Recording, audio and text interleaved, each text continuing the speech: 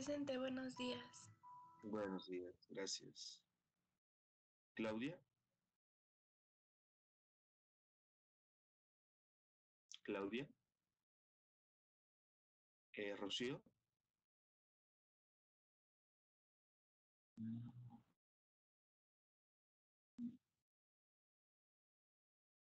Ok, ok, gracias. Muy bien, Rocío, Samuel, Presente, buenos días. buenos días. Kevin, Presente, profesor, buenos días. buenos días. Neto, Presente, profe, buenos días. buenos días. Roberto, Presente, profe. Buenos días. buenos días, ¿qué tal? Romina, Presente, profe, buenos días. buenos días. Evelyn, Presente, buenos días. buenos días, ¿qué tal? Dylan,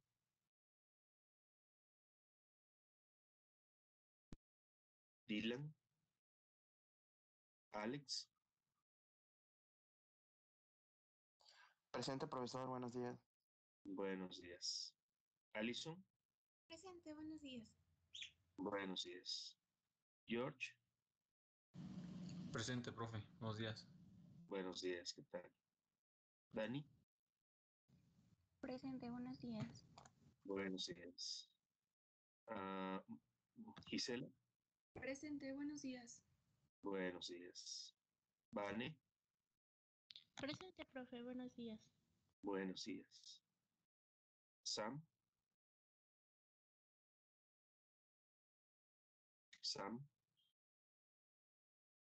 Adriana, Adriana tampoco. Memo, Profesor Samuel me dijo que tiene problemas con su internet. ¿cómo? Ahí no les escuché a ninguno.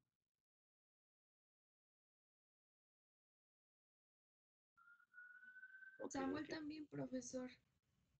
Ok, Memo, ¿dónde está Memo? Gracias. Buenos días, ¿qué tal? Azul, Presente, buenos días. buenos días. Oscar, Presente, buenos días. gracias, buenos días. Luján, Presente, buenos días. gracias. Astrid, Presente, buenos días. ¿qué tal? Buenos días. Cris,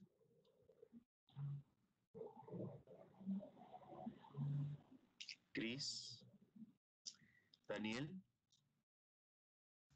Presente, profe. Buenos días. buenos días, ¿qué tal? Alexander, Presente, buenos días. buenos días. Sai, Presente, profe, buenos días. buenos días. Ángel, Presente, profe, buenos días. buenos días, ¿qué tal? Esme, Buenos días, profe. Presente. buenos días. Sil, Buenos días, profesor. buenos días, ¿qué tal? Jess, Buenos días, profe, presente. buenos días. Eric, Buenos días, profe. Presente. buenos días, ¿qué tal? Eduardo, Presente, buenos días. buenos días, ¿qué tal? ¿Qué tal? Y David, Presente, profe, buenos días. buenos días. Profesor, buenos días. Soy Claudia Beristain. Es que tenía problemas con mi internet. Ah, ok, anoto. Gracias. Bien. Bueno, chicos, vamos a pasar a la teoría donde nos habíamos quedado ayer. En breve voy a acabar. Me estoy dando cuenta que la presentación nada más me quedan algunas cuantas diapositivas para terminar esta parte de digestión y absorción. Y ahorita en breve vamos a iniciar con las exposiciones, ¿de acuerdo? Entonces les comparto pantalla, denme un segundo.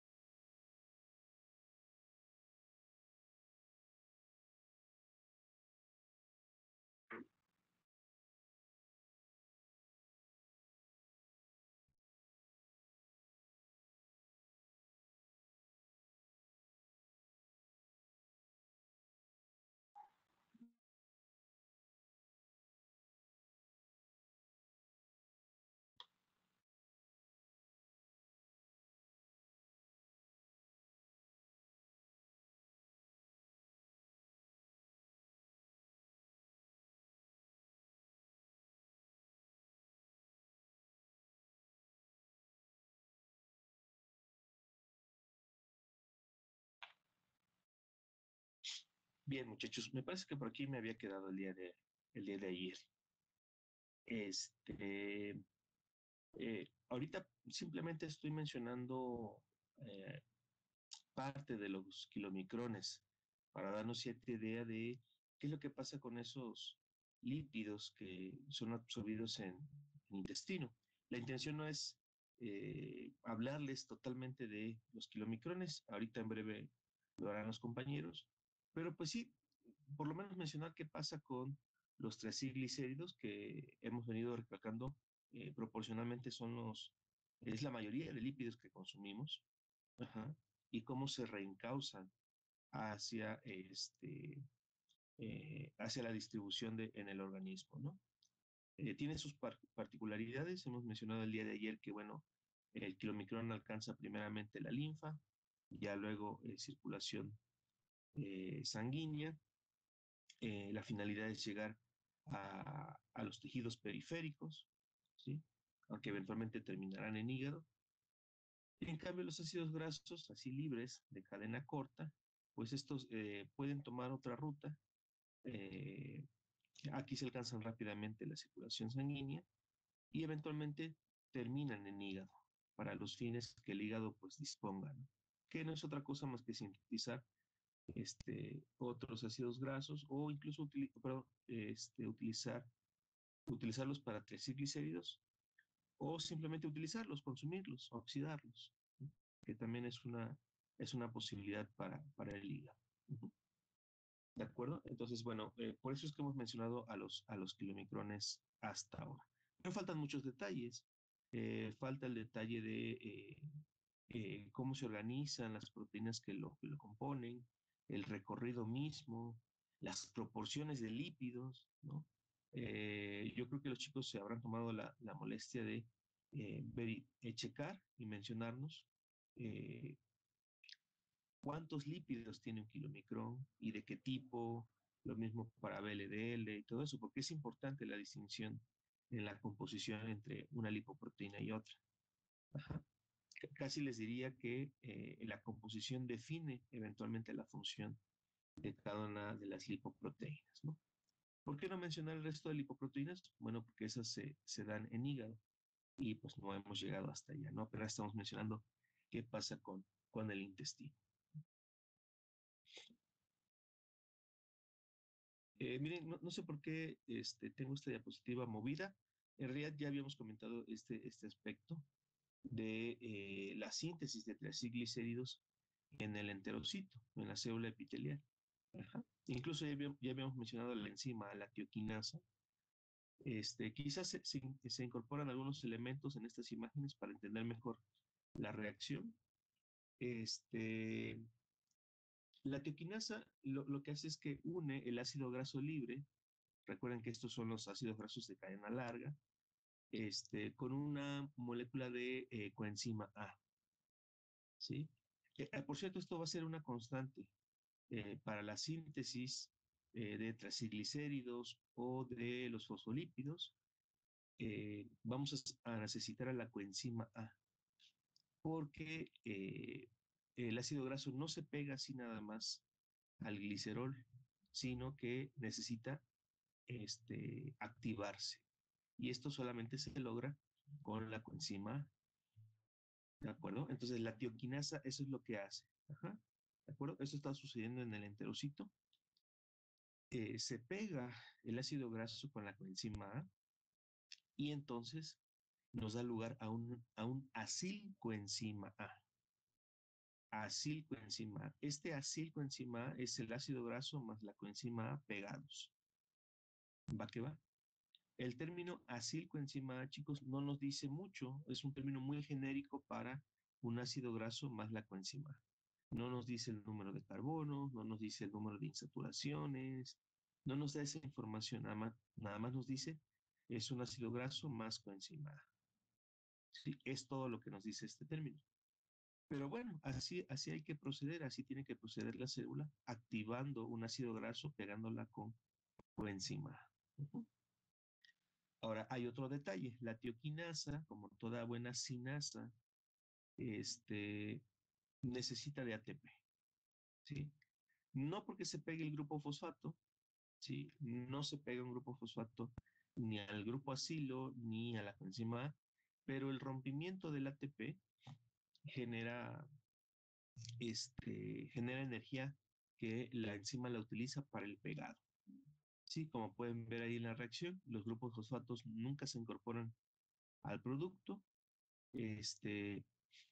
Por una parte me queda un AMP y luego un pirofosfato, que son esos PPI que se ve ahí. Bueno, ese es un pirofosfato. Son dos fosfatos que se rompieron más el AMP. Entonces, eso es indicativo de utilización de energía. ¿De acuerdo? Que también está en concordancia con lo que esperamos de esta tioquinasa. ¿Por qué? Porque si el enterocito se dispone a sintetizar triglicéridos, ¿sí? El enterocito tendrá que invertir energía en la síntesis de estos triglicéridos. ¿De acuerdo, chicos? Entonces, fíjense, el enterocito apenas recién se absorbió el ácido graso, un monoacilglicérido, un glicerol libre. Apenas se ha incorporado eso y ya tiene que estar invirtiendo energía. ¿Sí? Ya tiene que estar invirtiendo energía. Entonces, pareciera un poco contradictorio, ¿no? Pero bueno, ya se está invirtiendo energía en la conformación de estos triglicéridos. Eventualmente esa energía se recupera. Creo que ya les he adelantado anteriormente que los ácidos grasos ofrecen más energía tras su oxidación que moléculas individuales de glucosa, ¿verdad? Entonces, en ese comparativo se sale ganando. Ajá. Aquí de momento es un ATP por cada ácido graso, pareciera que no es mucho, ¿verdad? Pero bueno, de cualquier forma es gasto de ATP en la construcción de los triglicéridos. Recuerden, todo aquello que va hacia la síntesis de algo implicaría de una u otra forma consumir energía. Bueno, entonces ya tenemos los grupos acilos con la coenzima A, ya están activados. Lo único que se necesita es que por medio de una aciltransferasa pegar estos ácidos grasos. ¿Sí? Pegar estos ácidos grasos. Fíjense que en las reacciones de abajo no se pega directamente sobre un glicerol, que puede suceder, ¿sí? Que puede suceder, pero lo más común es tomar un monoacilglicérido. Notan que partimos de un monoacilglicérido, tenemos un glicerol, y en medio ya hay una cadenita de un ácido graso pegado. ¿Sí lo notan? Esta R con una prima, esa es un ácido graso en la posición 2. Es un monoacilglicérido, ¿se acuerdan? Que resultó de la digestión de los triglicéridos en la luz intestinal. Bueno, entonces se pega el ácido graso. Existen dos posibilidades, que se pegue en la posición 1 o en la posición 3. No hay una distinción realmente. La aciltransferasa le da lo mismo pegarlo en la posición 1 que en la posición 3. ¿De acuerdo? Entonces nos va a dar un diacilglicérido, ya sea con ácidos grasos en la posición 1, 2 o 2 o 3. Y luego una segunda aciltransferasa pegando el tercero de los ácidos grasos para conformar el triacilglicérido. ¿De acuerdo? Entonces, bueno, a grosso modo ya habíamos comentado esto. Insisto, creo que tengo movida esta diapositiva, pero ya el detalle de las dos reacciones el triacilglicérido. ¿De acuerdo? Y esto acontece con los ácidos grasos de cadena larga. Recuerden, los de cadena corta no pasan por esto, prácticamente atraviesan todo el enterocito para alcanzar circulación sanguínea.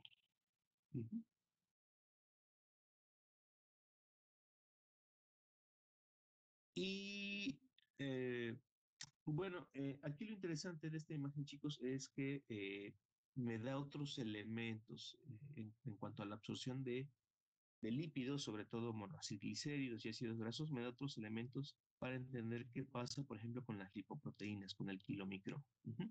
Miren, si siguen ahí la imagen, eh, se indica que hay una absorción libre, ¿sí? Eh, eh, por, eh, por parte del enterocito, tomando monociclicéridos y ácidos grasos de la luz intestinal, ¿verdad? Bueno, ahí no hay problema, atraviesan, algunos de forma muy libre, por difusión simple, hay otros que necesitan transportadores, ahorita los vamos a comentar, pero bueno, finalmente se interiorizan en el enterocito. Ahora, fíjense muchachos, porque necesitan atravesar primeramente los monoacilglicéridos por el retículo endoplásmico liso. En el retículo endoplásmico liso se da la síntesis de los triglicéridos. Esto que recién vimos acá, ¿sí? Todo esto sucede en el retículo endoplásmico liso del enterocito. ¿Va a quedar? Bueno, ahí se da la conformación de los triglicéridos. ¿De acuerdo? Pero no hemos acabado con la tarea. No hemos generado los kilomicrones. Como les adelantaba el día de ayer, el kilomicrón, véanlo desde el punto de vista de una bolsa. Es una bolsa, es un paquete. Ajá, es un complejo supramolecular que implica la recolección de triacilglicéridos envueltos en fosfolípidos con la adición de algunas proteínas. ¿De acuerdo? Los fosfolípidos que se logren añadir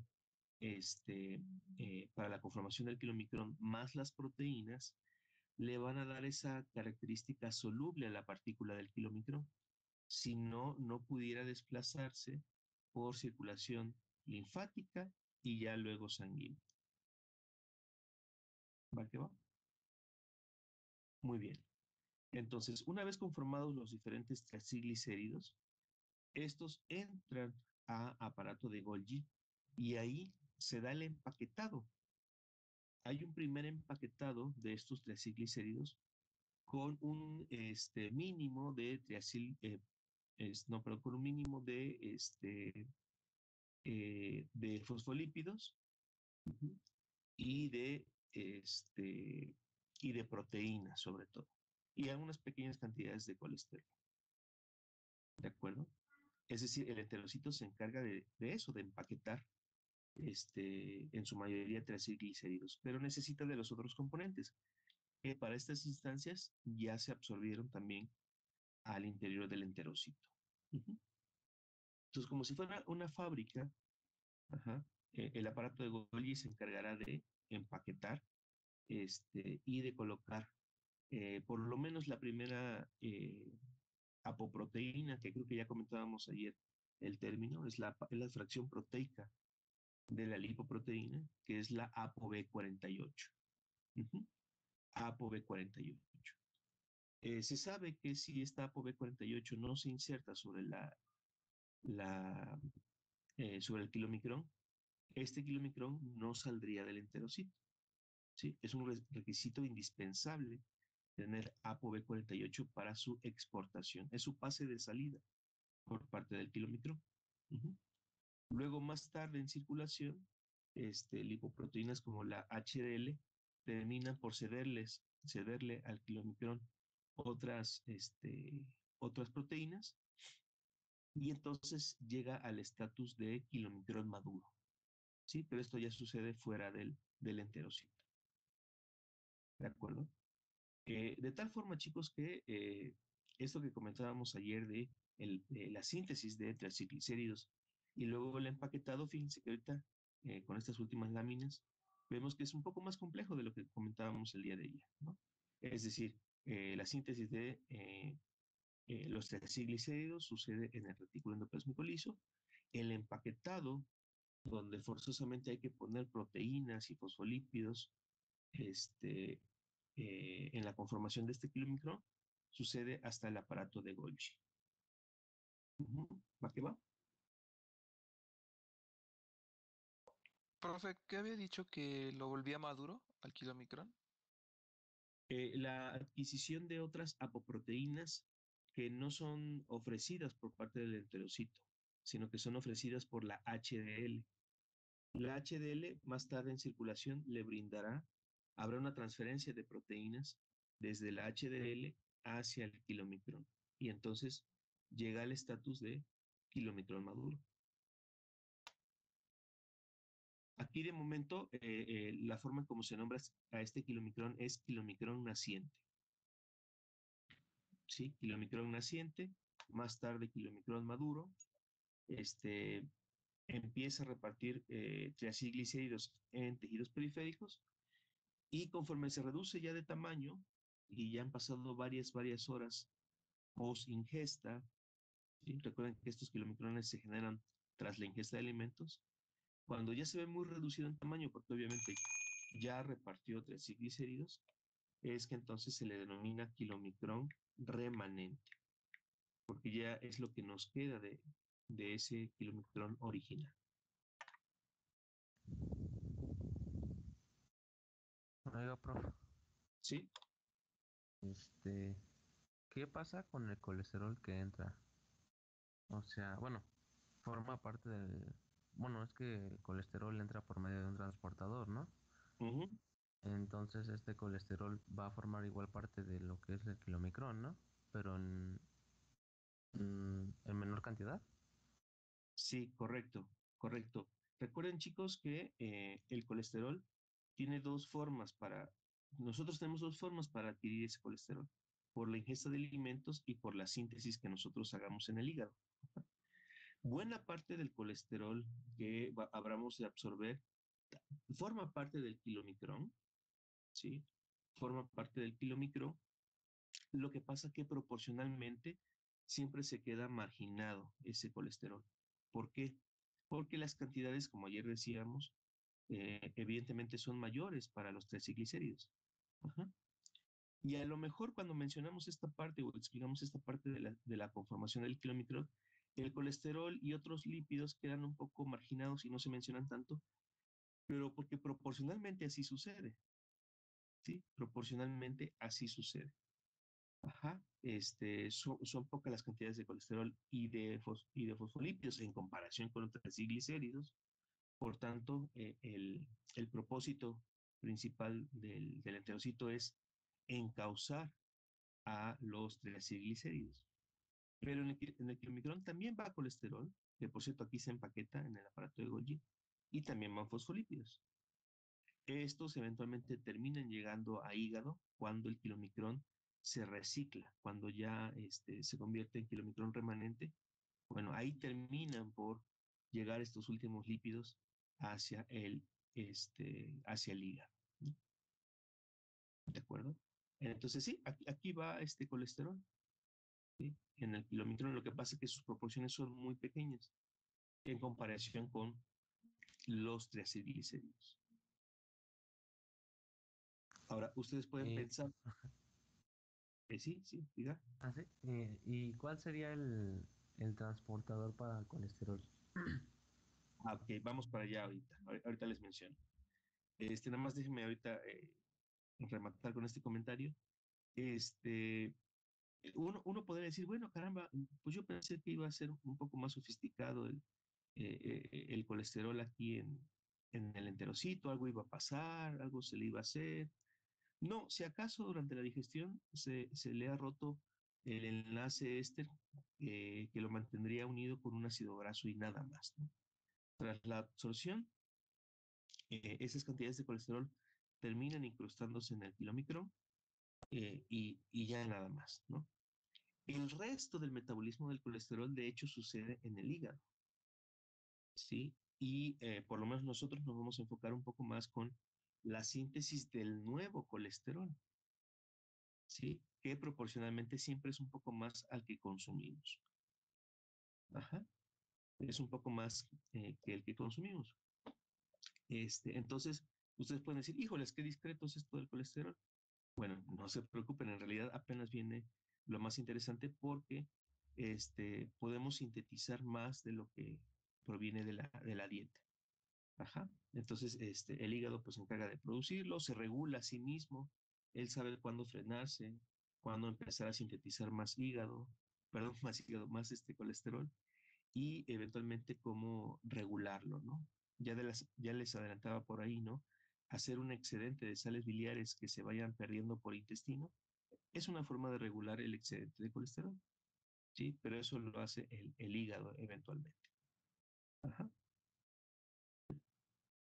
Bueno, ahora sí, pasemos a lo último. Bueno, nada más aquí indicar, ¿no? Que el kilomicrón va a alcanzar primeramente circulación linfática. Ujú.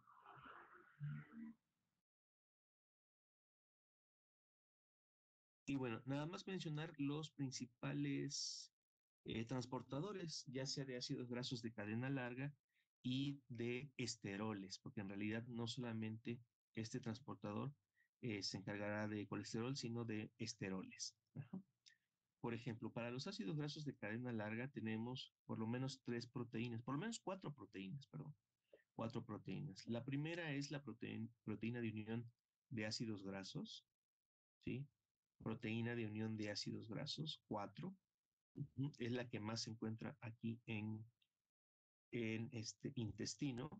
Eh, Hay otras proteínas dentro de esta misma familia que se distribuyen en tejidos periféricos, un poco a similitud de los GLUT, por ejemplo, que se acuerdan que los GLUT teníamos dos principales en intestino, GLUT5, GLUT2, ¿se acuerdan? Ajá. Pero en el resto de tejidos, el resto de los GLUTs, ¿no? Bueno, aquí algo similar. En el caso de los enterocitos, concentra principalmente la proteína de unión de ácidos grasos tipo 4, que recibe otro nombre por ahí, es el de acilcoenzima sintetasa de ácidos grasos de cadena muy larga. Ese es otro nombre que recibe. El término es bastante amplio, entonces generalmente se utiliza este que es más cortito, proteína de unión de ácidos grasos tipo 4. Hay otros, el tipo 1, tipo 2, que se encuentran en tejidos periféricos. Esa es una primera proteína que recuerden, tomará ácidos grasos de cadena larga porque los de cadena corta nunca necesitaron transportador. ¿De acuerdo? Luego también tenemos la proteína de unión de ácidos grasos, abreviada como LFABP, ¿sí? Que de hecho, no sé si van llevando nota, chicos, les pediría que ahí hagan una corrección. Aquí son dos, es la LFABP y la IFABP. En realidad son dos. La L es de liver, de hígado. También estas proteínas son una familia, la intestinal, la hepática. Entonces, el enterocito concentra a las dos, a la hepática, a la intestinal y por ahí se me está escapando otras. Pero las que se concentran para intestino es la L y la I, ¿sí? Es decir, se abrevian LFABP y también la IFABP, ¿de acuerdo? La L es de hígado, hepática, y la I es de intestina. Por cierto, la L, como pueden suponer, también la encontraríamos en hígado. Y CD36 también es otro transportador más que se une a esta gama de proteínas de la membrana del enterocito. CD36 es tal cual, CD36. De hecho, forma parte de una grandísima familia de los CDs, así tal cual como el disco, CDs, que va del 1 hasta el 180, me parece una cosa así. Nada más que todos estos CDs no hacen lo mismo. Hacen muchas cosas, son generalmente receptores de membrana para la mayoría de tejidos, pero hacen muchas cosas. Algunas involucradas en metabolismo, otras involucradas en respuesta inmunitaria, etcétera, etcétera, ¿no? En realidad son muchísimas las funciones. Pero este CD, sí se involucra con los lípidos, ¿sí? También se llama traslocasa de ácidos grasos, ¿no? Como pueden suponer, el término es un poco más amplio y no es tan práctico a veces, entonces se le denomina o se le llama simplemente CD36. Ajá. CD36 es el acrónimo o es la abreviatura para Cluster of Differentiation. Es decir, cluster es como el cúmulo o agrupación de diferenciación. Eso es lo que significaría un poco para nosotros. Y bueno, nada más con el número 36, que es el que le corresponde, pero como les decía, la familia es muy, muy amplia, de cientos de sedes, y este concretamente se especializa en el transporte de ácidos grasos también de cadena larga, en el enterocito. Ujú. Entonces, estas cuatro proteínas, considerando a la que no aparece aquí, la IFABP, permiten la entrada de ácidos grasos de cadena larga. Ujú. Y ya eh, para los esteroles, fíjense que no estoy diciendo colesterol solamente, sino esteroles, porque probablemente por ahí podamos tener en la ingesta otras moléculas que compartan estructura con el colesterol. Ujú. Algunas vitaminas, algunas moléculas tipo esterol que derivan de vegetales, de hongos. Ujú. Entonces, toda molécula que tenga el sistema de anillos, ¿se acuerdan? El sistema de anillos, 4 anillos, y ya luego diferentes arreglos como grupos OH, grupos metilo, la cadena ramificada, con variaciones, bueno, no importa, se sigue considerando un esterol, entre los cuales desde luego está el colesterol mismo, el colesterol libre. Ajá. Esta proteína es la Niemann-Pick C1-like, ¿sí? Este, one, así se mencionaría en el inglés, o mencionarla simplemente por la abreviatura NPC1L1, o la proteína de Niemann-Pick, como generalmente se pronuncia por ahí, ujú, un tanto para ser práctico. Bueno, esta proteína tipo C1 de Niemann-Pick es la responsable de la captura, del transporte de los esteroles, ajá, de los esteroles para su absorción. ¿De acuerdo? También, al igual que, por ejemplo, que la LFABP, no es exclusiva del enterocito, sino que también está presente en hígado, porque en el hígado también se da este fenómeno de captura de lípidos, ¿no? Captura de ácidos grasos, captura de colesterol. Entonces también la vamos a encontrar en el hígado. Ujú. Se presenta en los hepatocitos, se presenta en los enterocitos para la captura en general de los esteroles. ¿Sí? De los esteroles. ¿Va que va? Vitamina D, colesterol libre. Aquí sí tiene que ser colesterol libre, chicos, les decía el día de ayer. El colesterol esterificado tiene que pasar primero por la ruptura de ese ácido graso y ya luego entonces se absorbe el colesterol, pero de forma libre, sin nada pegado. Ujú. ¿Va que va? Otros componentes, chicos, un poco más sencillos, no necesitan transportador, por ejemplo, glicerol, que no lo mencionamos hace rato, y algunas cabezas polares pequeñitas, algunas sí necesitan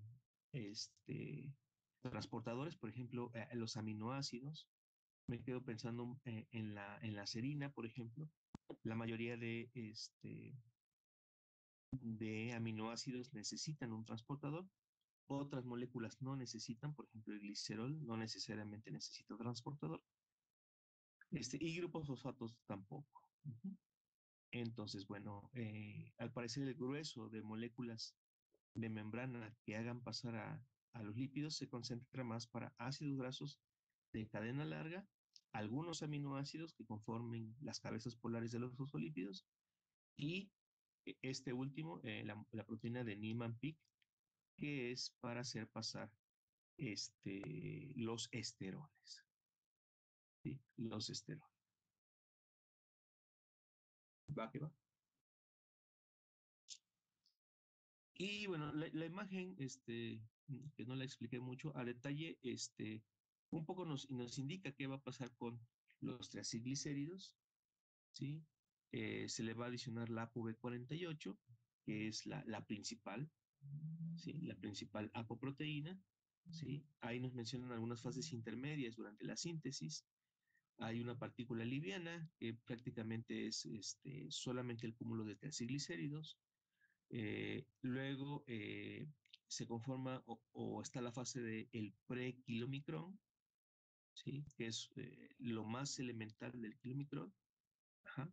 Ya tiene ApoB48 para estas instancias.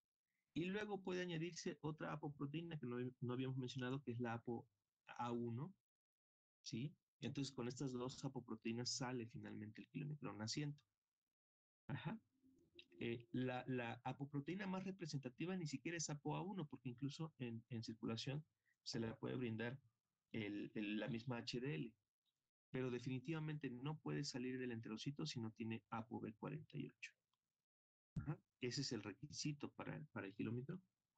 La ApoA1 se puede añadir, eventualmente recupera un poco más en circulación con la HDL, y también la ApoC, por ejemplo, que será otra apoproteína, y entonces ya adquiere el total de la fracción proteica que necesita el kilómetro. ¿De acuerdo? Y bueno, ya aquí estos lipoproteínas, pero ya no me corresponde a mí esta parte. Nos vamos a ir quedando por acá. No sé si haya preguntas, chicos, hasta aquí. ¿Alguna pregunta, algún comentario? No, profesor, muchas gracias. Bueno, entonces, por aquí cierro esta parte de digestión y absorción. Y vamos a pasar a la presentación de esta mañana.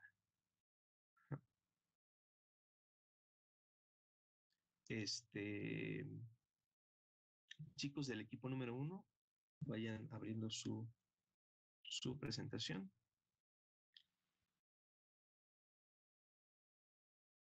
Ahora, en lo que terminan de abrir el PowerPoint o su presentación, les doy un poco de contexto.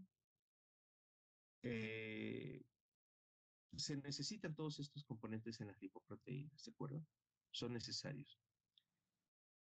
Fosfolípidos y proteínas son los componentes de todas las lipoproteínas, chicos, que resuelven esta parte de la solubilidad. Ajá. Resuelven esta parte de la solubilidad en circulación.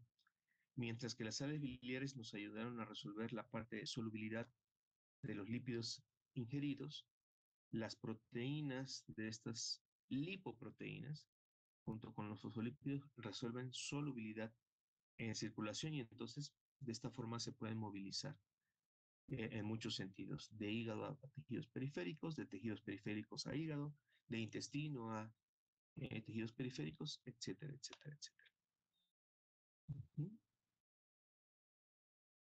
Nos van a poner una película, creo, no sé.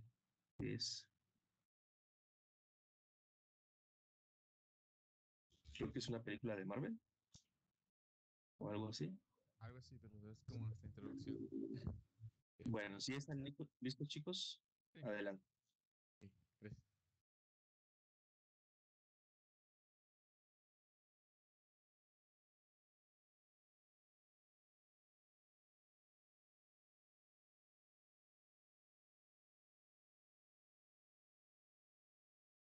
No sé si haya sonido, pero yo no escucho, ¿eh?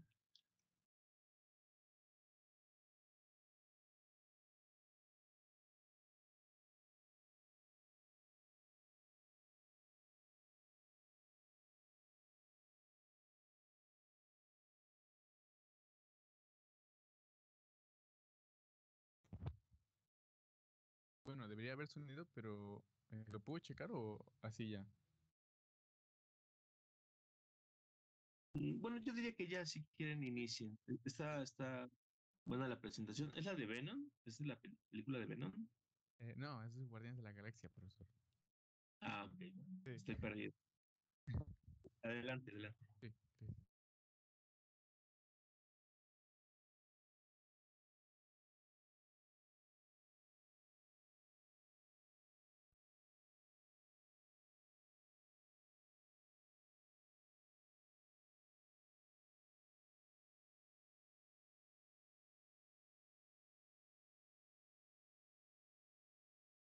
Ok, buenos días compañeros.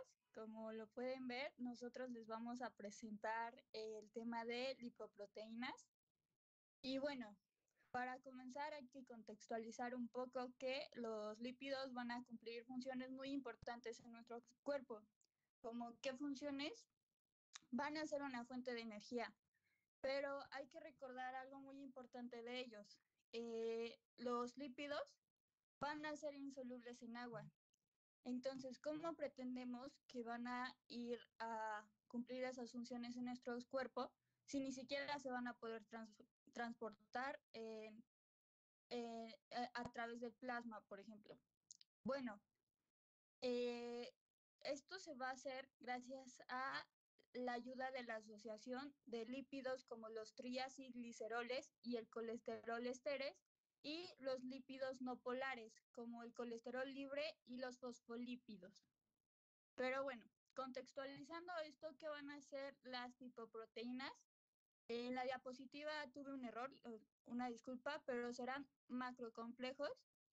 ¿Qué van a hacer estos macrocomplejos? Como lo había contextualizado hace un momento, van a ayudar a que los lípidos lleguen a los diferentes tejidos y órganos a través del plasma acuoso. Y como les había dicho hace un momento también, van a existir lípidos polares y lípidos no polares. Los lípidos polares van a ser triacilgliceroles y estos van a estar en las lipoproteínas un 16%. Después van a estar los colesterol esteres y estos van a ser un poco más abundantes y van a estar un 36%. Después vamos a tener los lípidos no polares, que son los del problemita, ¿no? Va a estar el colesterol libre, que va a estar en la lipoproteína un 14%, y los fosfolípidos, que igual van a ser muy abundantes en la lipoproteína, ya que van a constar de un 30%. Se dice que las lipoproteínas también se encuentran ácidos grasos y estos llegan a estar un 4% dentro de la misma. La siguiente, por favor.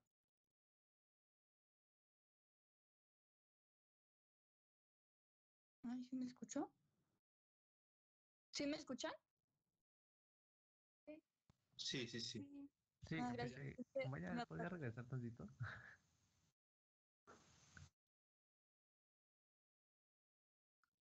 Ay, bueno, ¿sigo o...? Bueno, continúa, si quieres. Ok, bueno, ¿cómo va a estar estructurada una lipoproteína, no? La composición va a ser muy básica, está muy fácil. Va a haber una monocapa de fosfolípidos. ¿Qué va a ser esta monocapa de fosfolípidos? Va a ser la que va a permitir la interacción con el plasma sanguíneo, y a lo largo de esta monocapa vamos a encontrar el colesterol libre. ¿Y por qué va a estar el colesterol libre? Como se había mencionado, pues va a contener una partecita polar. Hace un momento lo había comentado el profe. Como pueden ver, las bolitas verdes van a ser la parte polar del colesterol libre. Entonces, en el centro de las lipoproteínas vamos a encontrar que va a ser altamente hidrofóbico. Entonces, esto va a estar porque los lípidos no polares, como los triglicéridos y los esteres de colesterol, pues no van a tener esta situación de los lípidos que son hidrofóbicos. Bueno, también vamos a encontrar... Oye, Claudia, perdón. No sé si la entendí mal, pero las cabecitas en verde, los circulitos en verde, son las cabezas polares de los fosfolípidos, no del colesterol.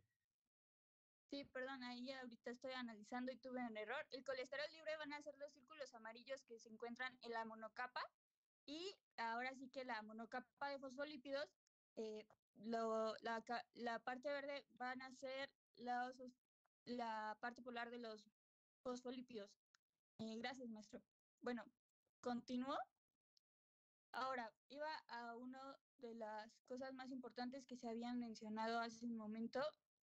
Igual en esta capa vamos a encontrar a una parte proteica de las lipoproteínas. ¿Quiénes van a ser esta parte proteica? Pues van a ser las apoproteínas. Y bueno, ¿qué son estas apoproteínas o qué funciones van a cumplir? como ya se ha dicho, y perdón por repetirlo, pero va a ser una parte proteica. Y esta parte proteica va a cumplir tres funciones muy importantes.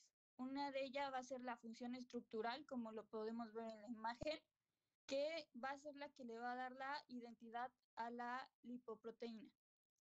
Va a cumplir una función de ligandos. ¿Qué quiere decir esto? Va a haber van a estar reconocidos por receptores de células de ciertos tejidos que van a estar cumpliendo funciones importantes ahí. Igual van a haber funciones activadoras e inhibidoras. ¿Qué quiere decir esto? Pues van a activar o inhibir enzimas que van a participar en el transporte de las lipoproteínas. Ok, entonces hay que dar como va a haber una diferencia en estas apoproteínas, porque unas van a ser transmembranales, como la ApoB100 y la ApoB48 que comentábamos hace un momento, y otras van a ser periféricas, que va a ser la ApoE, ApoC y ApoA. La siguiente, por favor.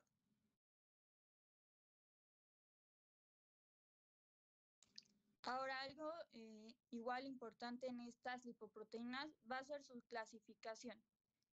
Les voy a contextualizar un poco. Van a existir 4 clasificaciones, pero lo que a nosotros ahorita nos interesa va a ser la clasificación por densidad. Es la más utilizada. Se va a decir que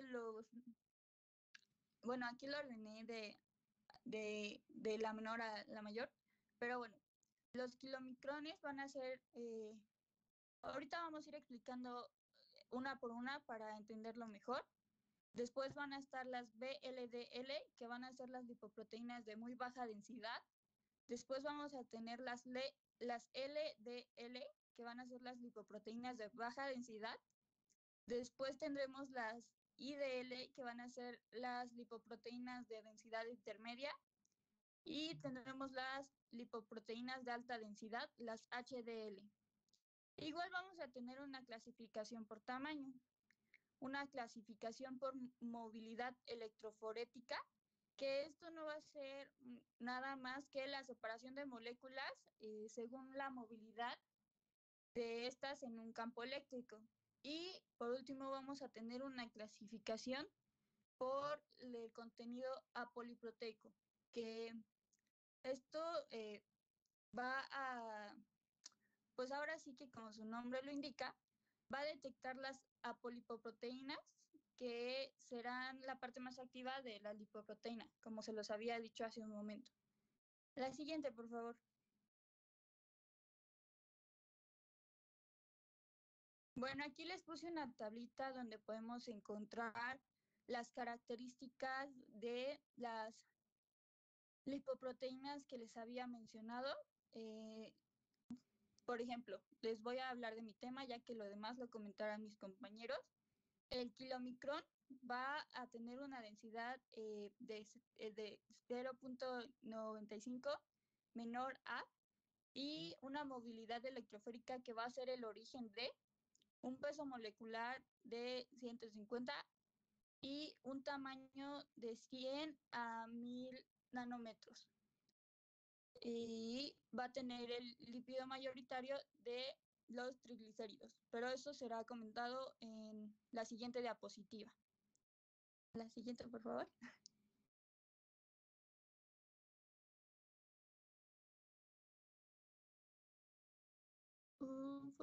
Por favor, ¿sí me escuchó? Es que se me está trabando un poquito. Sí, sí te escucho. Sí, se escucha. Sí, todo bien. Ok, gracias. Ok, los kilomicrones. Estos, como ya lo había mencionado el profesor, va a estar sintetizados en el intestino delgado. Van a tener un diámetro superior a los 100 nanómetros. Ojo, aquí cabe recalcar que los kilomicrones crecen. Entonces, ¿cómo van a crecer? Por medio de la ingesta de triglicéridos en la dieta. Y aquí va a haber algo importante que se los comentaré en un momento. Van a presentar una densidad menor de 95 gramos sobre mililitro. Como ya lo había mencionado, van a tener la electroforesis de origen. Y ¿quiénes van a ser los lípidos que van a conformar a estos kilomicrones? El 90% de su contenido van a ser triglicéridos dietarios. Como se los dije, conforme la dieta va a ir creciendo nuestro kilomicrón. Y el resto va a ser colesterol y fosfolípidos. De hecho, aquí en la imagen se puede observar un poco, pero bueno, va a tener un contenido proteico recién sintetizado, o sea que el kilomicrón esté ahora sí que recién hecho. Va a ser el ApoB48, el ApoA1, ApoA2, ApoA4 y el A5. Y cuando ya se encuentra en circulación, es decir, ya salió el kilomicrón del enterocito, va a estar en la ApoC1, C2, C3 y E. Y estas van a ser de la HDL. Y bueno, al contenido de un kilomicrón van a ser las apoproteínas, los fosfolípidos, igual como una lipoproteína, como se los había mencionado, los triglicéridos y el colesterol estratificado. La siguiente, por favor.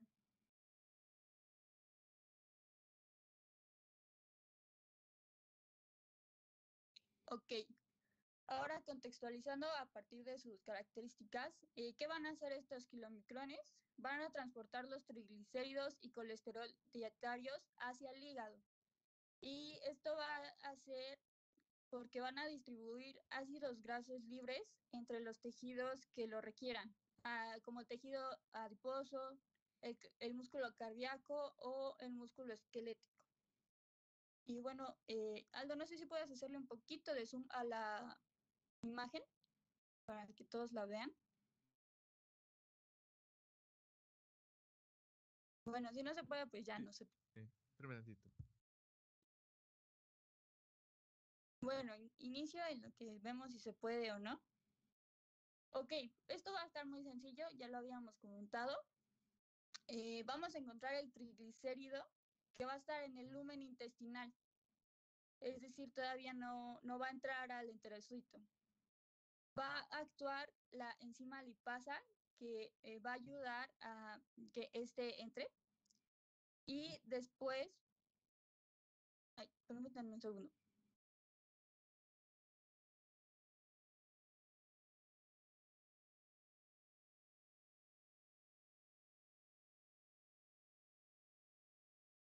Ya, una disculpa. Inicio de nuevo, perdón. Hoy vamos a encontrar el triglicérido en el lumen intestinal. Después va a ser degradado por la enzima lipasa para después convertir un ácido graso libre y un glicerol o monoacilglicerol. Después vamos a entrar a lo que va a ser el enterocito. Y como sabemos, van a entrar el ácido graso y el glicerol a lo que va a ser la membrana apical.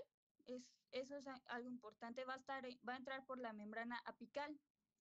Después se van a volver a ensamblar y van a volver a formar el triglicérido, pero con la ayuda de ciertas proteínas y otros lípidos, vamos a crear lo que van a ser los kilomicrones. Estos kilomicrones, van a salir a través de lo que va a ser la membrana basal del enterocito. Y como lo había mencionado el maestro, efectivamente, la primera parte que van a tocar va a ser el sistema linfático.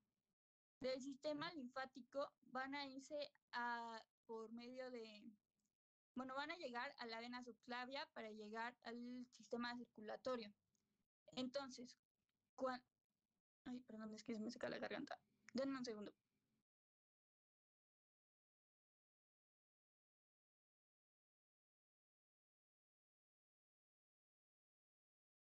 Aprovechando el paréntesis, chicos, volviendo un poco a recordar esto de los kilomicrones, si alguien ya tiene cierta técnica de flebotomía, es decir, que puede tomar sangre, pídanle a un familiar, al hermano, a papá, a mamá, les dé chance de tomarle un poco de muestra de sangre, ajá, y verifiquen después de algunos minutos durante la separación. Si lo pueden recolectar en un tubo tipo vacuum estaría excelente.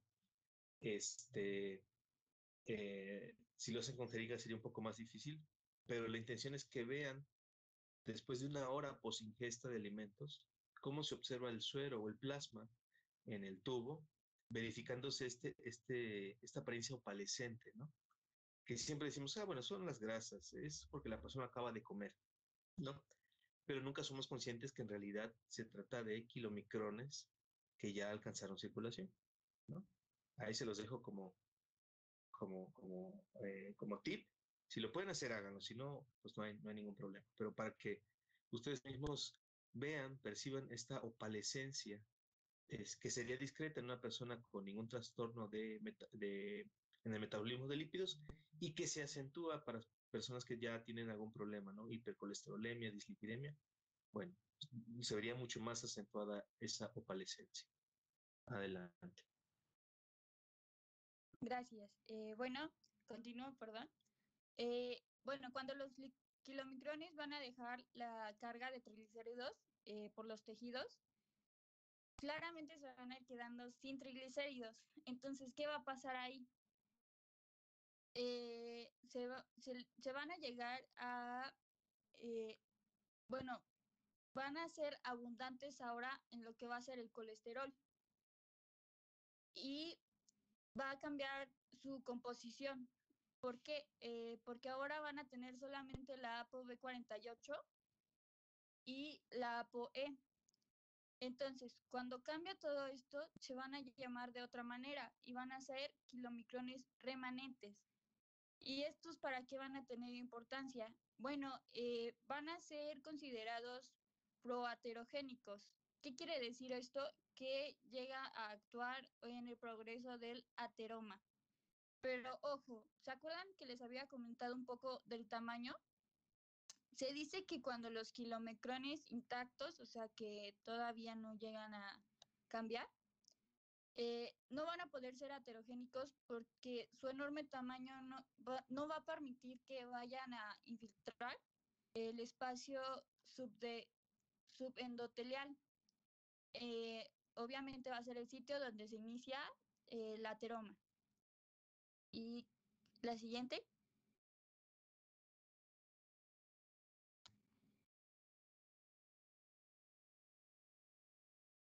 Bueno, eso sería todo por mi parte. Gracias.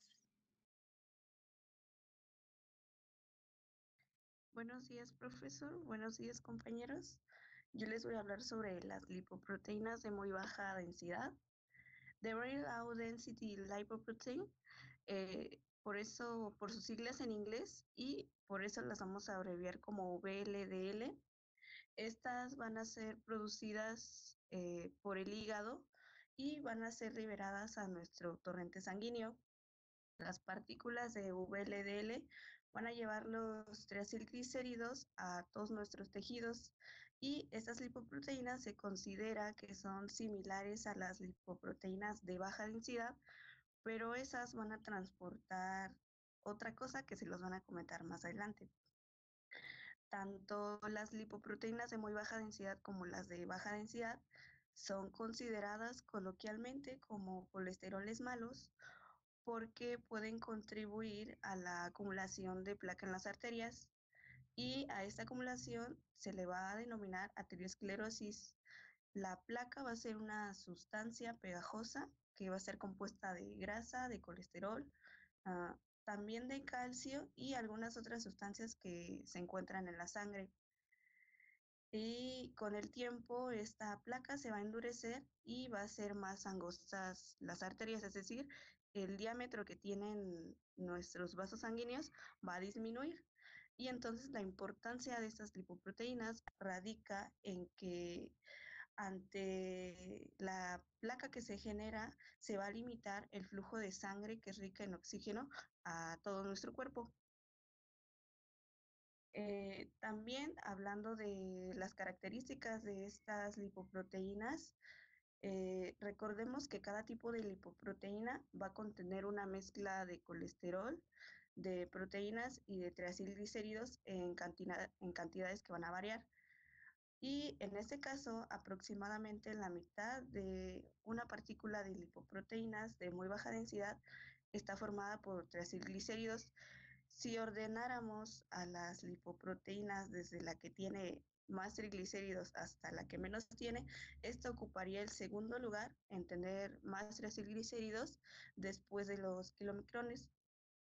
Estas lipoproteínas van a tener un diámetro variable que se estima que es de 30 a 100 nanómetros y por un proceso denominado ultracentrifugación pueden separarse en el rango de densidades de 0.95 a 1.06 miligramos por mililitro. La porción lipídica de estas lipoproteínas contiene, como ya se los decía, entre el 50 y 60% de triacilglicéridos, contiene 20% de colesterol y el resto son fosfolípidos.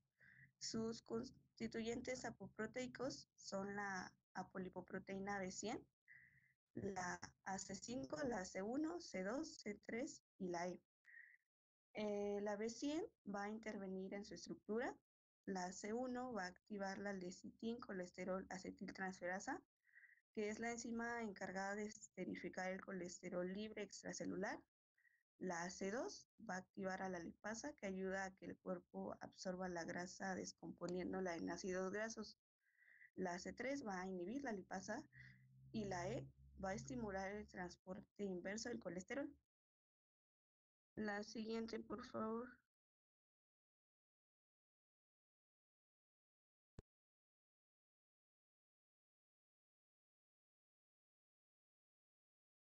Bueno, y hablando de su función,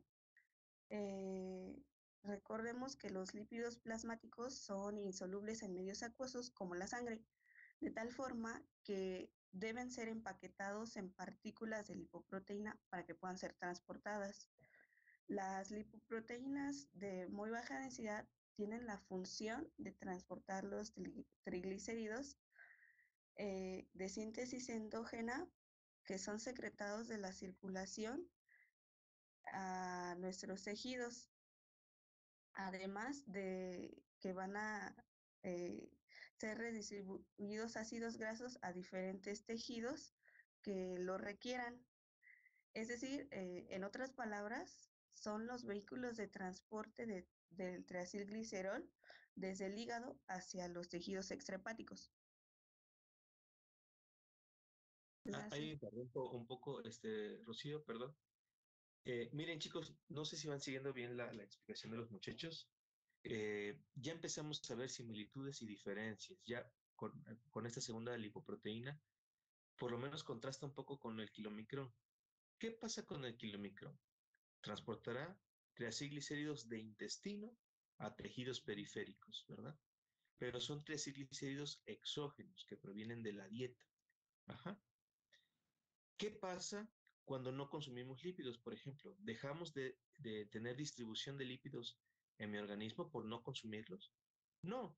El hígado, como ahorita recién nos comenta Rocío, tiene la capacidad de hacer esta síntesis, ¿no? Y la función de esta BLDL será repartir triacilglicéridos de síntesis endógena. ¿Quién los hizo? El hígado. ¿Para qué? Para seguir repartiendo, porque hacen falta por muchas razones, para oxidarlos, para conformar nuevos fosfolípidos, ¿de acuerdo? Tienen una utilidad en tejidos periféricos. Entonces, no se va a suspender el suministro, vamos a decirlo así, de triacilglicéridos simplemente porque no los consumimos en la dieta, ¿no? Que sí los consumimos, ¿no? Saben ustedes. Pero si alguien tuviera una restricción muy, muy marcada de lípidos, de triacilglicéridos en dieta, no hay problema, el hígado se encarga de hacerlos. ¿Va que va? Entonces, estamos viendo la misma función de el kilomicrón y de la BLDL, por lo menos en cuanto a repartir triacilglicéridos. Luego, la composición ahí ya es diferente, desde luego, y los orígenes. Ajá, por las apoproteínas, ¿se fijaron cuáles eran? Aquí Rocío mencionaba la ApoB100, ¿no? Y luego ApoA, ApoC y ApoE. ¿de acuerdo? Difiere un poco ahí en la composición con respecto al kilomicrón. Ajá. ¿Van siguiendo esto? Similitudes y diferencias. Diferencias, el sitio de origen y la composición. Ajá. Luego, similitudes, cuál es el lípido mayoritario y hacia dónde van. Van hacia tejidos periféricos, ¿verdad? Adelante. Profe, Sí. En estas diapositivas, cuando hacen referencia a que también van ¿cómo se llama? A distribuir ácidos grasos libres, o sea, se refiere o sea, al transporte de triglicéridos que eventualmente van a romperse, por así decirlo, en ácidos grasos libres. Sí, y de los mismos fosfolípidos que también pueden servir para brindar ácidos grasos. Ajá. Cuando son ácidos grasos de cadena larga. Esta es la forma de transportarlos. Ok. Sí, los más pequeños, recuerda, no hubo problema y pasaron directamente a circulación. Adelante. La siguiente, por favor. Bueno, ya que veíamos al inicio la importancia que tienen las lipoproteínas de muy baja densidad, les voy a explicar cómo es que podemos determinar nuestros niveles de lipoproteínas de muy baja densidad. Bueno, no hay manera directa de medirlas, pero lo más probable es que se deba hacer un análisis de sangre para medir nuestros niveles de triglicéridos. El laboratorio puede usar estos niveles para estimar cuál es nuestro nivel estimado, aproximado de lipoproteínas de muy baja densidad, y se considera que las lipoproteínas de muy baja densidad son aproximadamente una quinta parte de nuestro nivel de triglicéridos. Destacando, pues nuestro nivel de lipoproteínas de muy baja densidad debe ser inferior a los 30 miligramos sobre decilitros. Y como lo comentaba al inicio, pues cualquier cantidad más alta que eso va a poner en riesgo a una enfermedad cardíaca. Y como las lipoproteínas de muy baja densidad y los triglicéridos están íntimamente relacionados, podemos reducir el nivel de lipoproteínas de muy baja densidad, disminuyendo, por supuesto, nuestros niveles de triglicéridos.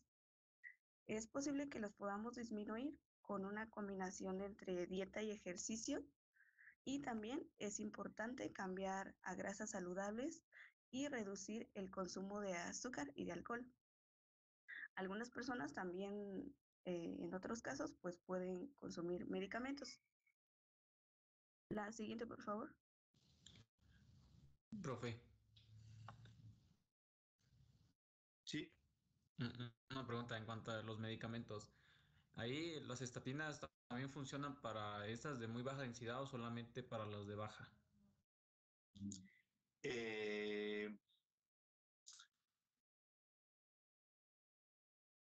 Es que no tiene que ver directamente con las lipoproteínas. En realidad las estatinas lo que hacen es que frustran la síntesis de colesterol.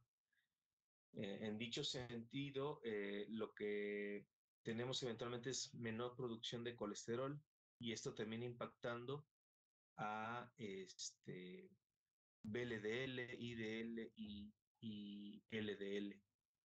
Pero no es que afecten, no es que el medicamento vaya sobre las lipoproteínas, no. En el caso de estatinas y otras que afectan síntesis de colesterol, lo que hacen es que su blanco es el hepatocito encargado de la síntesis de colesterol. Y eso es lo que eventualmente frustra mayor producción de colesterol. No sé si me explico. Es decir, en realidad nos estamos yendo a la causa, a bloquear enzimas en hígado para que no se produzca tanto colesterol y por tanto no se empaquete tanta lipoproteína. Pero en sí mismo lo que se está bloqueando o frustrando es las reacciones que llevan a una mayor producción de colesterol en hígado, sin todavía ser lipoproteína. ¿Que va a repercutir eventualmente sobre las proteínas? Sí, por supuesto que sí, pero en realidad se está frustrando la reacción de síntesis. Ok. Se puede decir que es algo secundario, ¿no? Sí, esperar que se modifiquen concentraciones de lipoproteínas es de esperar cuando los componentes que la constituyen pueden disminuir un poco. En este caso, colesterol. porque la persona tiene problemas, se ha alimentado mal o adicionalmente ha desarrollado algún tipo de deficiencia que favorezca la acumulación de HDL, perdón, de LDL. Pero si ya empieza a tener niveles alterados de colesterol, hay que darle sus estatinas. Ok, gracias. ¿Quién más preguntaba por ahí? No, iba a eso, o sea, como para aclarar ese punto, o sea, para ver si me había quedado claro, o sea, que con, bueno, lo que usted está explicando, o sea, no afecta directamente sobre las lipoproteínas, sino que más bien, y como usted decía, ¿no? Inhibe la síntesis de colesterol que eventualmente sirve para la síntesis de estas lipoproteínas, ¿no? Sí, correcto. O dicho de otra forma, el blanco terapéutico de las estatinas no es la partícula de lipoproteína en sí, sino una de las enzimas, que veremos más adelante, una de las enzimas encargadas de la síntesis de colesterol. Disminuye síntesis de colesterol y por consecuencia, de una u otra forma, termina impactando en concentraciones de lipoproteínas. Pero es algo esperado, ¿verdad? Y secundario a bloquear una enzima de síntesis de colesterol.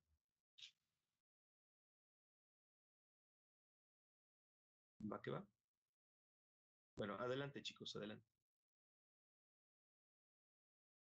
Bueno, en la diapositiva anterior yo les comentaba que para no elevar nuestros niveles de triglicéridos debemos evitar el consumo de alcohol. Y cuando yo leí esto me pregunté, ¿pero qué tiene que ver el alcohol en esto?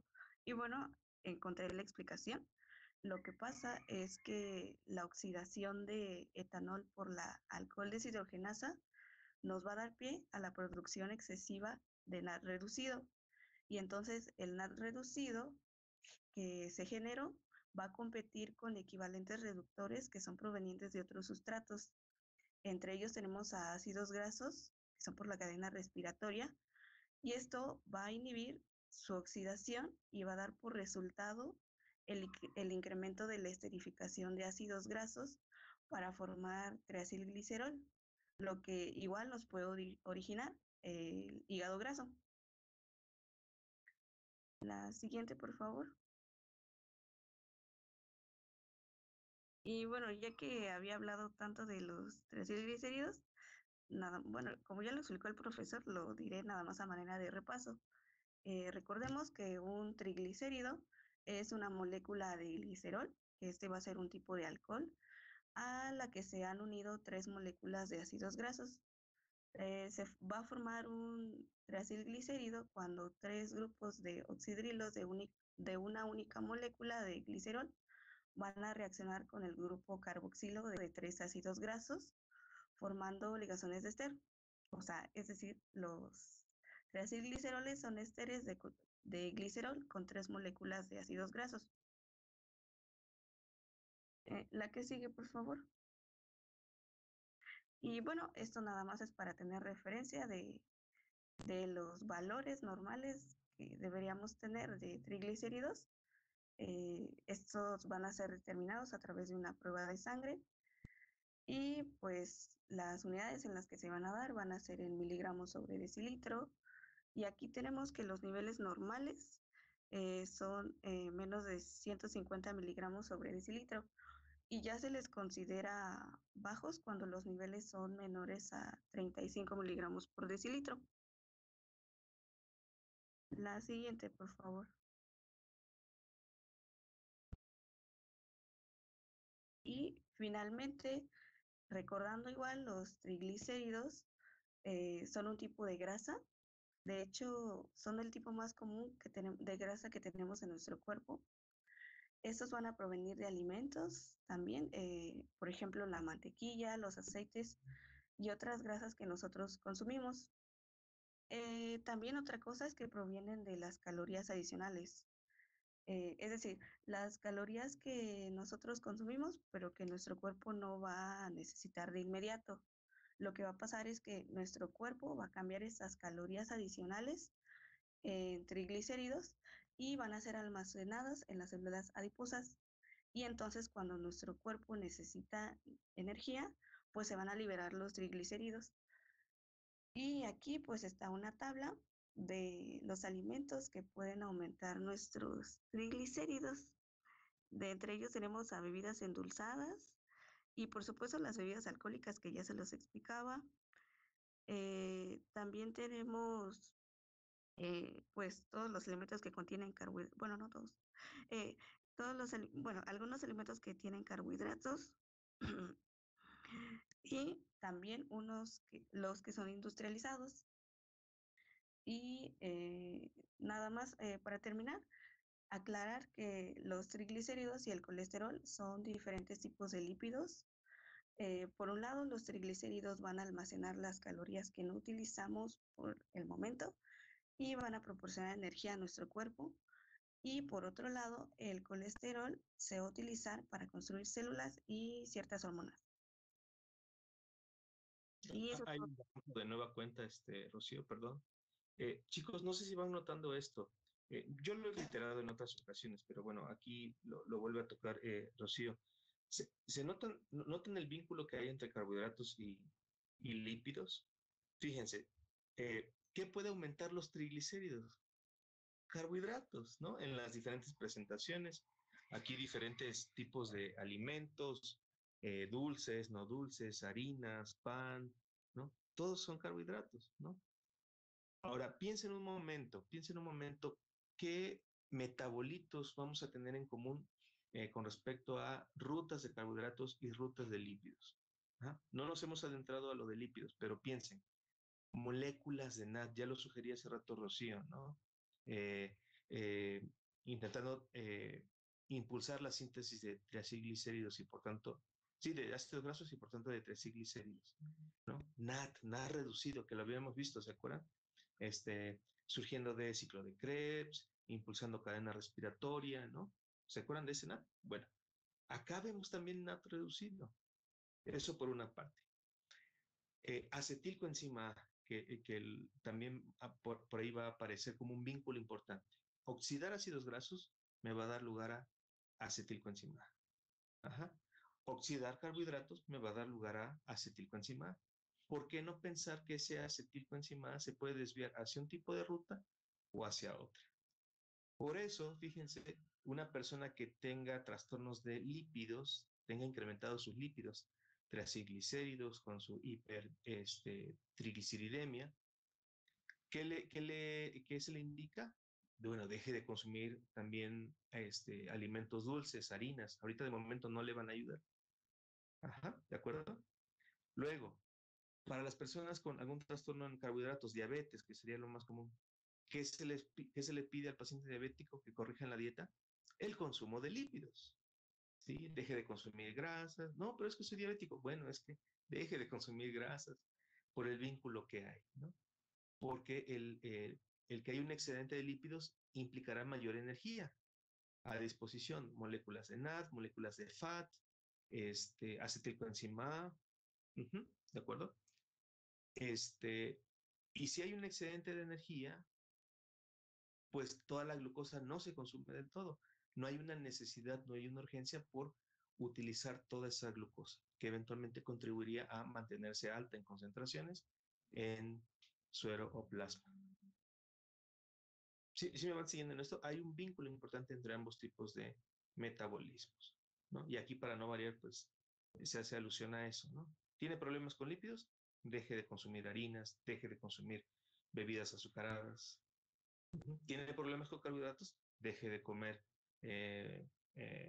productos fritos, qué sé yo, ¿no? Alimentos de origen animal con alto contenido de colesterol, etcétera, etcétera, etcétera, etcétera.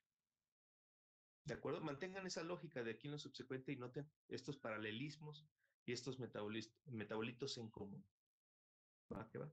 Adelante. Perdón, Rocío, perdón. No se preocupe, gracias.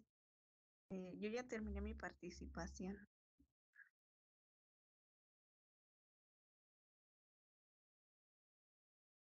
Bueno, las IDL son las lipoproteínas de densidad intermedia. Estas son partículas con un alto contenido de colesterol y en su mayor parte es esterificado y tienen una pequeña cantidad de TAG. Sus apoproteínas son la B100 y la E. Esas voy a hablar de ellas más adelante. Pero bueno, existen receptores en hepatocitos que unen el ApoE y estos captan más de la mitad de las partículas de la IDL en circulación y las internan por endocitosis. Entonces, se hidrolizan por la lipasa enzimática, que es una enzima extracelular localizada en las paredes de los capilares sinusoidales del hígado y insensible a la regulación por el ApoC2. Entonces, el ApoE es de vuelta a las lipoproteínas de alta densidad. Estos cambios convierten a las IDL en lipoproteínas de baja densidad y la que queda, la permanencia de la IDL en la sangre va a variar, va a ser entre 2 y 5 horas. Y bueno, como es lógico, a mayor proporción de IDL captada por el hígado, menor es el remanente final de LDL. Entonces, ¿cómo se van a dar estas? Es por el catabolismo de las VLDL, que son las lipoproteínas de muy baja densidad. En estas surgen partículas más pequeñas denominadas remanentes de VLDL, que posterior a la lipólisis se transforman en las LDL, que son lipoproteínas de baja densidad. Estos remanentes de VLDL van a tener una mayor afinidad por el receptor hepático de LDL, por lo cual van a ser captadas con preferencia y se van a transformar en IDL. Entonces, en el plasma, estos remanentes van a poder ser hidrolizados por los triglicéridos lipasa hepática, que es la HTGL, y así es como se va a hacer la formación de la IDL. La que sigue, por favor. Entonces, la ApoC100, como se los mencionaba, solo se expresa en el hígado y va a formar parte de la VLDL, de la IDL y de la LDL. Y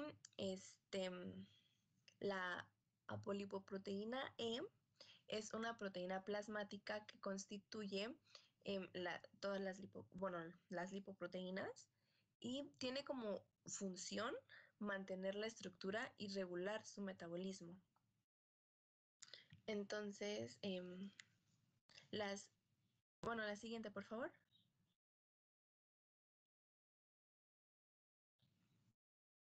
Las IDL tienen dos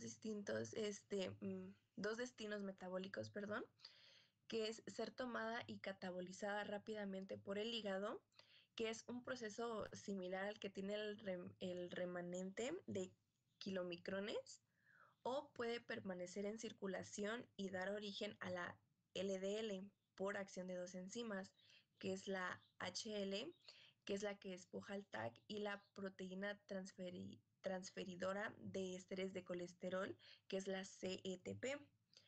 Y esta le permite captar lo que es colesterol esterificado a partir de las HDL. La que sigue, por favor.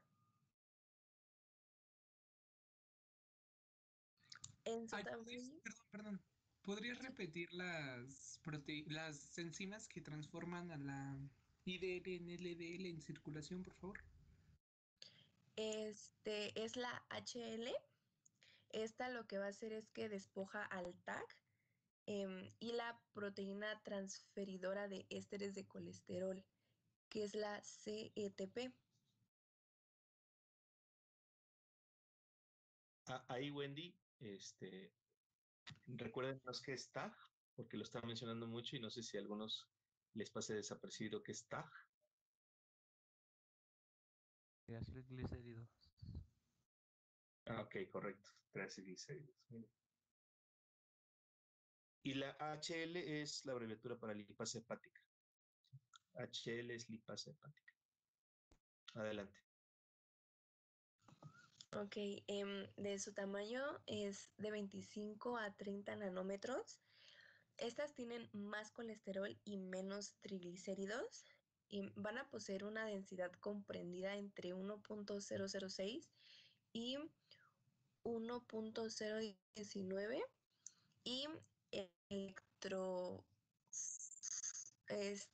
estos van a migrar por las globulinas, Cada molécula de VLDL típica se va a degradar y se produce una IDL.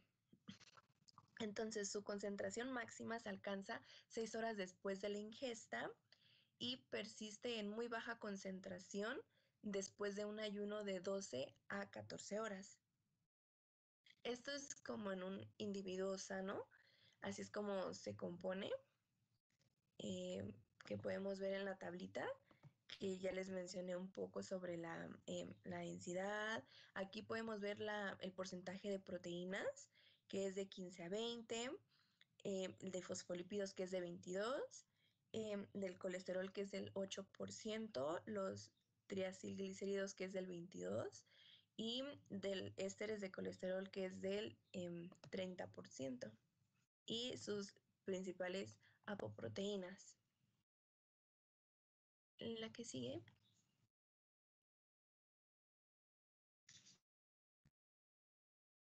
Hay nada más antes de que pasen a LDL, volviendo a esta parte de las concentraciones de lípidos, chicos, puede variar, ¿no? Puede variar un poco los porcentajes según el autor, según la fuente, pero digamos que sí, a grosso modo, se tiene entendido que la IDL tiene mitad triacilglicéridos, mitad colesterol. Aquí en la tablita nos mostraba Wendy 20 y tantos % de triacilglicéridos versus 30. Puede variar un poco, pero digamos,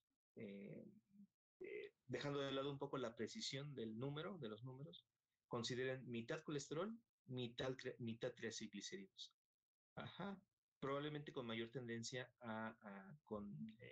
hacia el colesterol, pero digamos así, para fines prácticos, para entenderlo rápido, mitad colesterol, mitad triglicéridos, más o menos, que ya es muy diferente a el 50 y tantos, 60% de la VLDL, y que se aleja todavía mucho más del 90 y tantos % de triacilglicéridos del kilomicrón. Entonces, vayan siguiéndole la pista, chicos, a la composición: triacilglicéridos, colesterol, fosfolípidos e incluso también proteína, porque esta también, eventualmente, lo veremos al final, es la que tiene mayor proporción al final, pero al final. Adelante.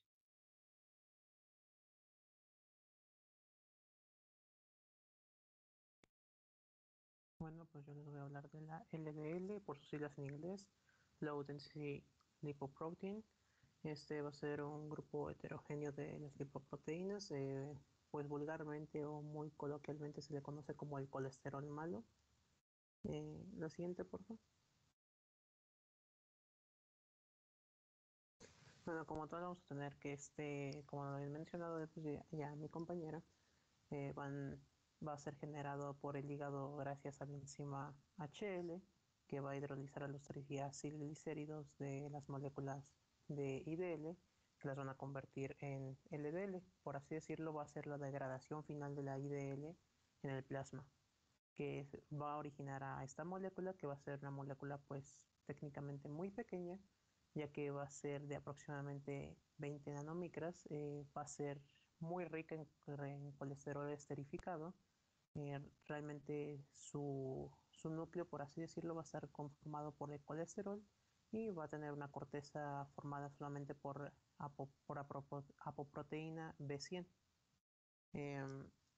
Esta va a flotar en un rango de densidad de 1019 a 1063 gramos sobre mililitro y va a poseer pues una movilidad electroforética de betaglobulinas. Su vida media de esta va a ser de 2 a 3 días y su composición, pues como ya lo había dicho, pues va a ser en su mayoría de ésteres de colesterol de un 35 al 42%, de proteínas de un 20 al 25%, de triacilglicéridos del 6 al 10%, de colesterol libre va a ser de un 7 al 10%, fosfolípidos de un 15 al 22% y de ácidos ser de menos de 1%. La siguiente, por favor.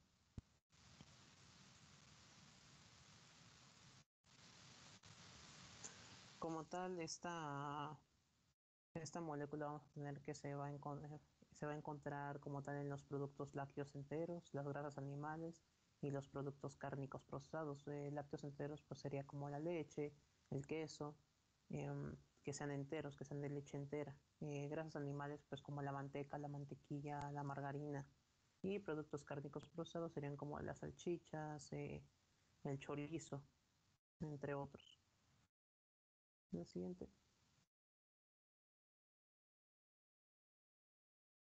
La importancia clínica que van a tener esta es que su función, por así decirlo, principal de esta, al ser su mayoría, que su mayoría va a ser compuesta por colesterol esterificado, va a ser distribuir colesterol del hígado hacia los demás tejidos, ya sea para la reposición de membranas celulares y síntesis de hormonas esteroideas, como lo van a hacer en los linfocitos, el riñón y los propios hepatocitos.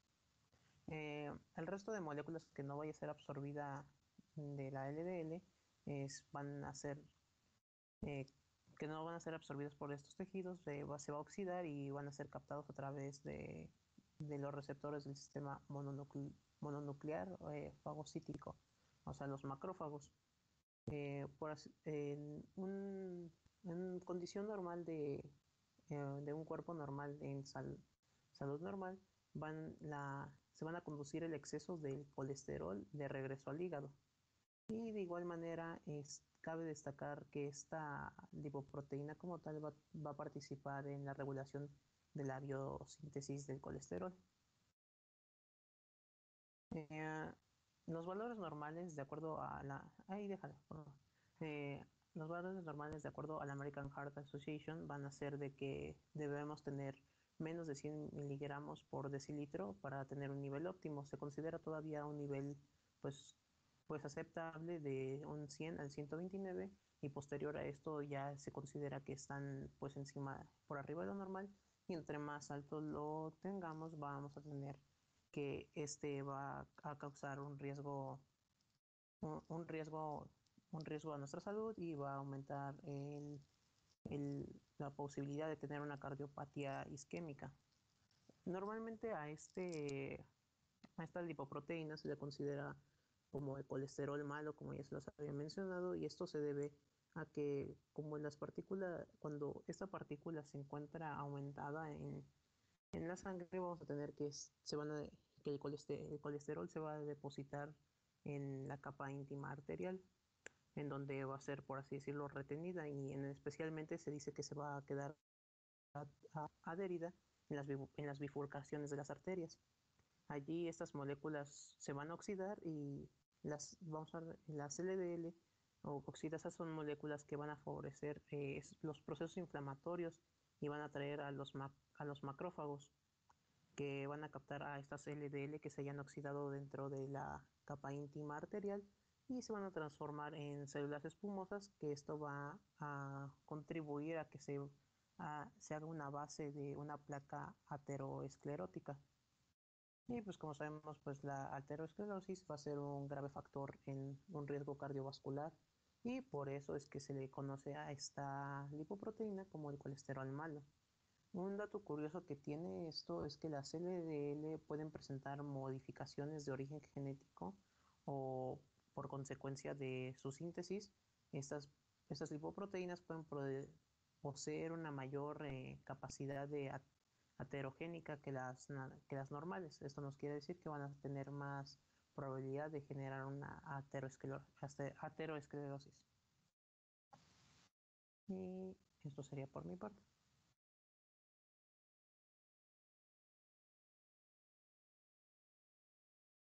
Bueno, buenos días. El día de hoy yo les vengo a hablar acerca de lo que son las HDL, que son las Ahí lo voy a interrumpir. Discúlpeme. Sí, adelante. Perdón, Aldo. Mire, yo creo que vamos a ir cerrando la presentación por aquí. Con usted me voy a quedar pendiente, Aldo. Ya estamos en la recta final de la descripción de las lipoproteínas, pero es que no les había comentado, hoy me voy a desconectar un poco antes con ustedes. Entonces yo creo que por aquí nos vamos a ir quedando. ¿De acuerdo? Okay, ¿Cuánto nos falta? ¿Es solamente su participación, Aldo? Sí, nada más soy yo. Ok, bueno, entonces yo creo que el lunes ya acabamos con usted y yo les compartiré algunas láminas que van a enriquecer esta parte que ustedes ya comentaron. Ujú. Pero bueno, podemos responder quizás un par de preguntas en este momento. Chicos, no sé si quieran comentar algo de lo dicho hasta ahora.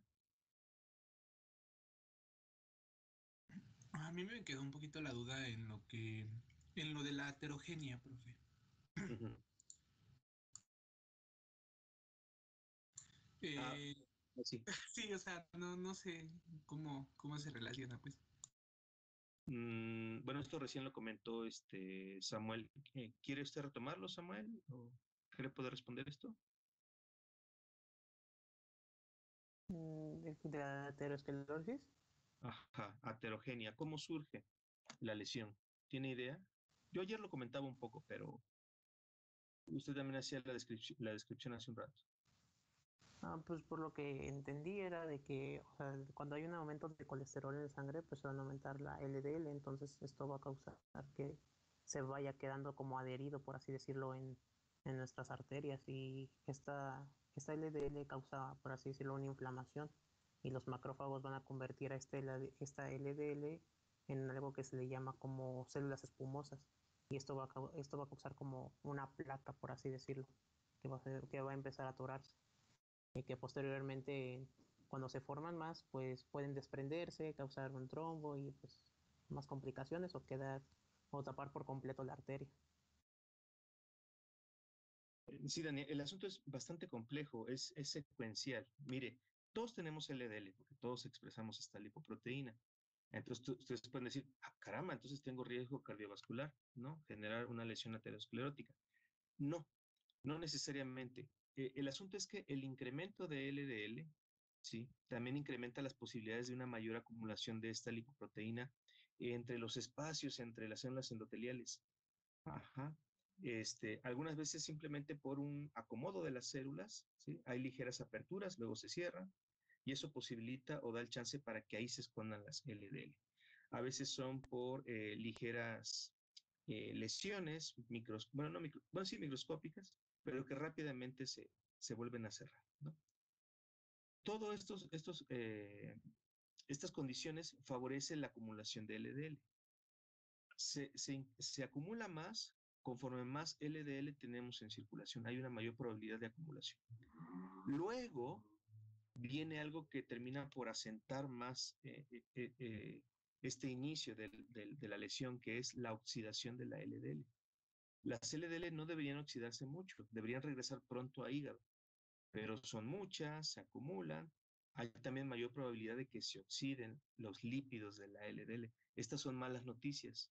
Por lo siguiente, no han llevado inmuno, pero les platico un poco de qué va la respuesta inmunitaria. La respuesta inmunitaria se despierta para intentar identificar y eliminar dos cosas: compuestos extraños al organismo o compuestos propios, ¿de acuerdo?, que ya han sufrido un daño. En este caso, la LDL no es una partícula de una célula, ¿sí? No es un organelo, pero se interpreta como un complejo interno de nosotros que se está oxidando, está sufriendo daño. Y eso enciende las alarmas. ¿Qué sucede con la respuesta inmunitaria? Los macrófagos se infiltran a este sitio de lesión y empieza a intentar comerse estas gotitas de lipoproteína, de LDL. Lo que decía Samuel de las células espumosas. Uh-huh. Esto empieza a crecer, se hace toda una bola de nieve, se sigue acumulando más LDL, porque esto no se ha detenido, se sigue acumulando más LDL, se sigue infiltrando más macrófagos, el ambiente inflamatorio se exacerba en toda esa vecindad de la lesión, se hace más gruesa la pared vascular, ¿sí? Hay depósitos de cristales de lípidos, porque ¿saben qué? El pobre macrófago se rinde y dice, yo no puedo con esto, es mucha LDL, y se rompen. Y el lípido termina cristalizándose y se generan este tipo de cúmulos de lípidos. Para esto, el grado de inflamación es tan sofisticado, tan grande, que hay adherencia y adherencia de otros solutos sobre el endotelio. Ajá. Crece la musculatura del endotelio, esto genera un endurecimiento, se adhieren plaquetas que vienen en circulación, porque dice, ¿qué está pasando aquí? ¿No? Hay un ambiente inflamatorio y las pobres plaquetas reaccionan al ambiente inflamatorio activándose y pegándose. Hay adherencia de leucocitos, ¿sí? Se sigue acumulando más lípidos y todo esto, Daniel, termina haciendo una masa una costra de todos estos componentes, ¿no? Que se va a mantener ahí latente muchos años probablemente, hasta que haya un desprendimiento. Eventualmente puede haber un desprendimiento de todo esto, que es lo que ya taponea más adelante vasos más pequeños y me va a generar isquemia y probablemente pues un infarto, ¿no? A nivel cerebral, músculo cardíaco, músculo esquelético.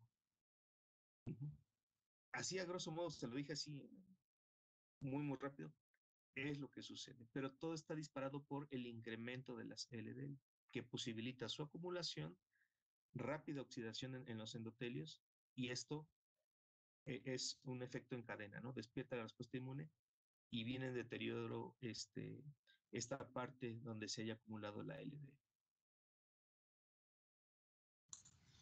Ok, profesor, muchísimas gracias. Bien, chicos. Bueno, les decía, me tengo que desconectar un poquito antes. Ya voy un poco retrasado lo otro. Hasta aquí lo dejamos. Perdón, Aldo, con usted termino la siguiente sesión. ¿Sí? De mientras repasemos esto que comentamos, yo tengo unas 4 o 5 láminas que quiero mostrarles en la siguiente sesión también para redondear todo esto de lipoproteínas. Entonces, hasta aquí lo dejamos. Buen viernes, chicos. Buen fin de semana. Yo los veo el lunes. Cuídense. Gracias, profe. Hasta luego. Gracias, profesor. Hasta Nos luego. vemos el lunes. Disculpe, Bye. profe. ¿Sí?